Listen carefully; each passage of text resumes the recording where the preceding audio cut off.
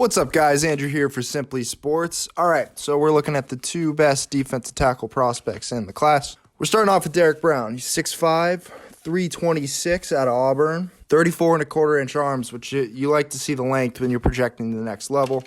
Brown's just he's a total ass kicker in the run and pass game just because of his sheer power. You see this rep, he's going up against Lloyd Cushenberry, center for the LSU Tigers. Absolutely bulldoze him. Let's see him again. And Cushenberry is a very powerful center.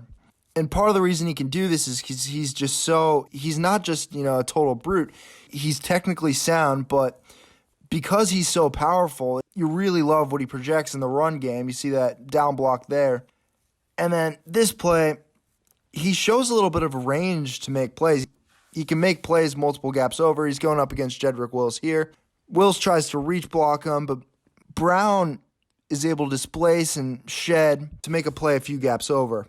If you're playing him in a three-tech alignment, this is a snap from Ed Oliver right here. So Oliver's got the initial quickness to kind of get around this reach block and make a tackle on a backside run against Lyle Collins. And if you're a team, you probably value Brown more as a three-tech than you do a one, just because he's got the initial quickness. He's not as quick as Ed, but he's got enough initial quickness to make these types of plays. And he's a different style of player. You see, really kind of just jacks guys up. So some of Brown's best film came against some of his best competition, particularly Florida and Alabama. You can see he kind of scoops and doesn't score, kind of eats shit there. If you play this back, though, the impressive part is he's coming out of a spin.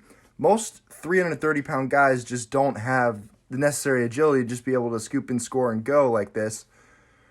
And you see this rep right here. This is late in the game. Strip sack, recovers, and just the combination of traits and how late in the game, considering that he played so many snaps for these types of games, you leave him one-on-one with a guard, it's just overwhelming power, and his balance is so good too that he's really as complete of a player as I've seen.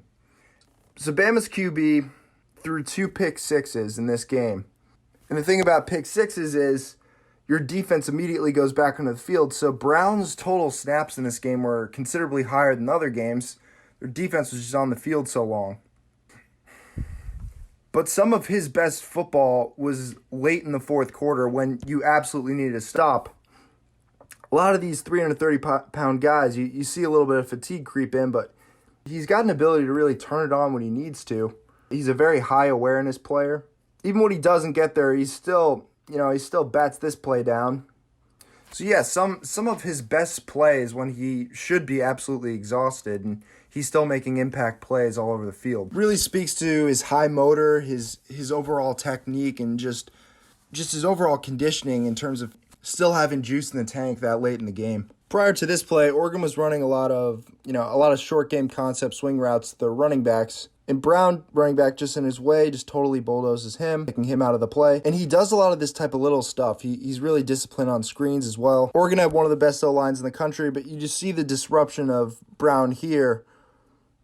They're trying to bring one of their ends across the formation, and he gets stuck up because Brown just jacks up his dude. He's really technically sound. You see he's never really off balance too much. Came into the combine 326, played at about 330. You're probably going to want him more as you're probably going to want him to lose just a little bit of weight to maximize that overall playmaking ability. If you want to see some of Brown's limitations as a rusher, as you see here with this rush, he's going to have an open lane. He's going to have to throttle down. It's kind of hard to throttle down at that type of weight. He's not able to make this play in space. He can make plays in space, though, if he's certainly tasked with them, but some of those improvisational plays he's not quite as good on. And you see he tries to rip here, but you just don't see the necessary bend to get around here. You see the rip. But again, you're not asking a 330-pound dude to necessarily be able to rip like that. Oliver plays a little bit better pad level. He's definitely shorter, lighter, but really uses his hands well. And in terms of a pass rush, I think Oliver's more disruptive. Now, if you're comparing to the last D tackles, I would actually rank him above Oliver. I know Quinnen Williams kind of dealt with some injuries this year, but in terms of a prospect evaluation, Quinnen, out of the past 2 classes, Quinnen Williams is the best defensive lineman I've seen just because he really strung it all together from a pass rush standpoint and also was able to really make some wide range of plays in the run game. So if I'm a team, I'm looking to move Brown to 3 tech. In terms of where to look for him in the draft, I strongly consider taking him if I'm Carolina, if I don't want to go offensive tackle. And I would be truly shocked if he lasted past 13.